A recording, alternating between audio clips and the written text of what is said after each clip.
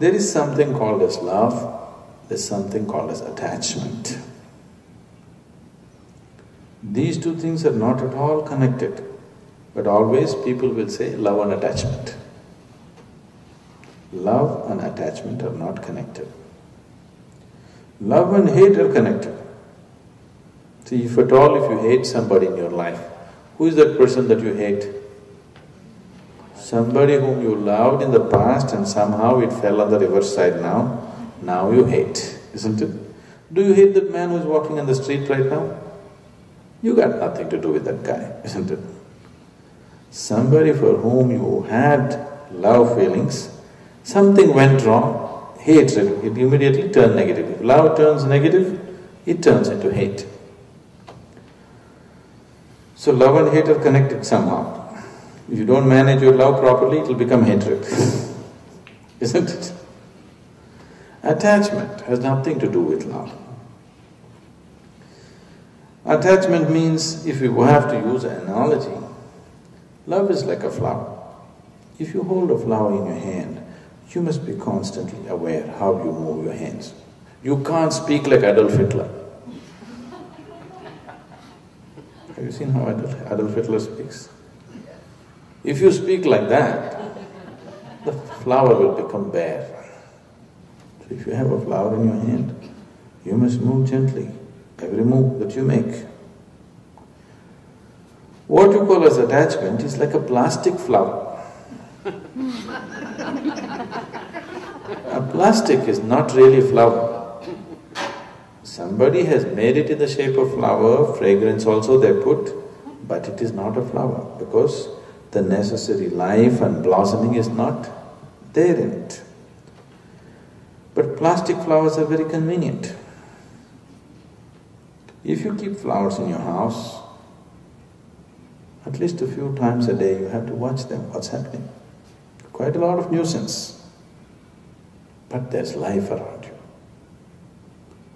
If you buy plastic flowers and keep it, I think most of them come from Singapore.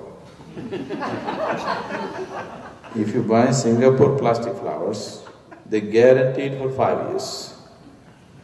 They're guaranteed for 5 years, They're very convenient. Today your children are being very naughty, you can pull it out and whack them with it. Guests are coming tomorrow, you can put it back in the vase. Very useful. Flowers are no use, they're a lot of nuisance, but they're life. That's a huge thing, isn't it?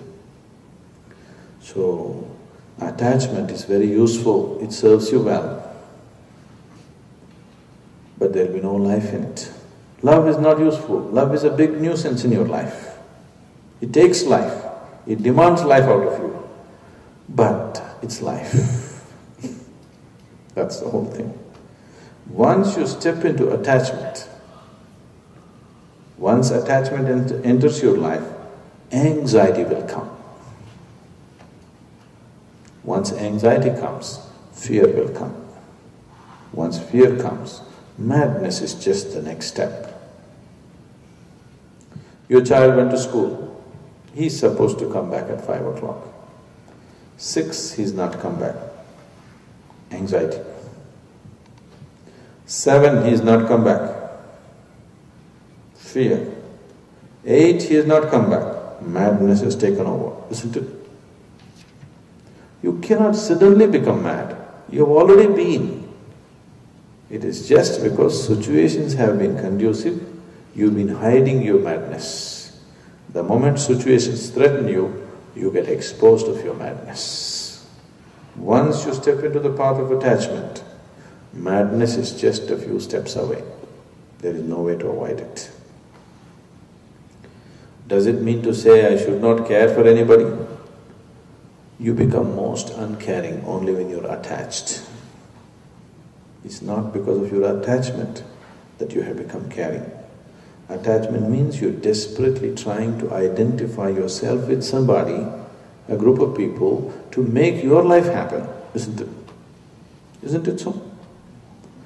Now I'm deeply attached to these 5 people. Why?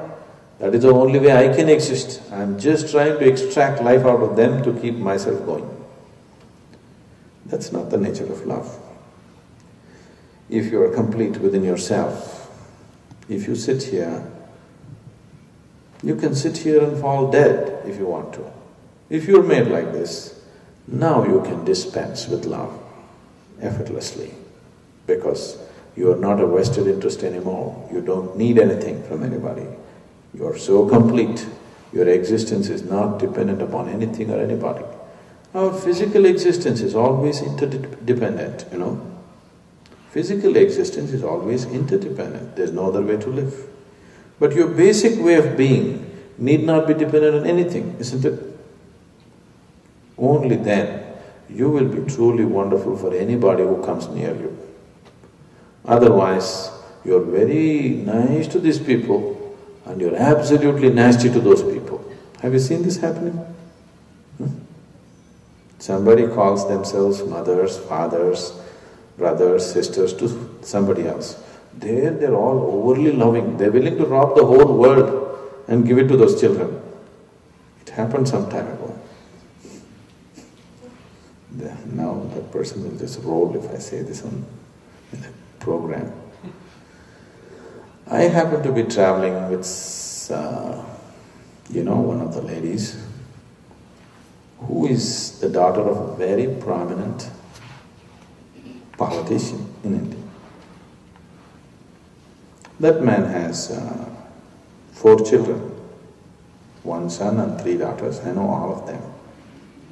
This one lady is traveling with me. Something came up and we were just talking about India, what's happening. Then I said, if the country is handed over to somebody like your father, he will cut the country into 4 pieces and give it to his 4 children. The lady very sincerely asking me, what is wrong with that? I thought, okay. What's wrong with that? If he loves us, he will do it. See, this kind of love, too much of this kind of love is happening in the world, isn't it? Isn't it so? People love somebody or they believe they love somebody whom they are attached to. For their sake, they are raping the whole world, isn't it? That's the whole problem in the world, isn't it? Because people are living with attachment, not with love. Once you are attached to something and identified to something, to protect that you are willing to kill the whole world. Right now, everywhere I see they're promoting this everywhere in the United States. We have family values. I want you to understand, family is a desperate group of people who have come together because they have such basic needs among themselves.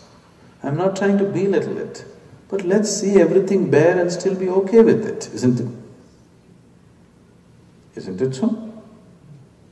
Why don't you see life bare as it is and still be all right with it? People did not come together because of some lofty things, simply because their hormones are pushing this man and woman together all the time. That's the reason why they came together, isn't it? And they don't want to leave it so bare and ugly, so they're trying to make it little beautiful by sprinkling little masala on it. It's okay. That's how life is right now. Let's enjoy what is there, that's not the issue. But don't try to glorify it into something else. It's very dangerous. It's very dangerous, you know. Many families around the world have done this. They just slowly spoken about their own family from generation to generation. Slowly they started believing their family has come straight from heaven. You know, these are the royal families established themselves. People openly they spoke and they wrote in scriptures and everything that our king is a descendant of God. If you look at that guy's life, even the animals will be ashamed of him. Really. The way he is living his life, even the animals will be ashamed of him. But he is a descendant of God. So you can do this to yourself and make everybody around you believe this. And now huge heaps of wealth all in one place. You'll see this in India. It happened long ago, not anymore. Indian palaces are the best in the world, okay, in terms of wealth. Most of it has been looted by the Mughals and the British. Everything that could be taken away, they have taken away. Otherwise, these places were made all in gold. Yes, aesthetically very fantastic work they did, but this is just for, just a few gooses who are worth nothing to live. So obviously it cost enormously for all the other people. But all the other people were made to believe they are descendants of God Himself, so it's okay, that's how they live. So here also it's beginning to happen. People are talking, everywhere, in every movie, in every this thing, even the political leaders going about saying our family values. This is a desperate attempt to keep just this man and woman together where they're falling off every day. But that's not the way to keep them. With attachment if you keep, then you will only become small mafias of your own. You're trying to extract something for this little group all the time, isn't it? Nothing wrong in forming a group because the whole world can't live in one open area together. We have to form beautiful little groups, but we don't have to believe fancy things about it. We can't go and live with this million people. We just live with 5-6 people in one house. That's a practical thing. But we don't have to believe fancy things about it, isn't it?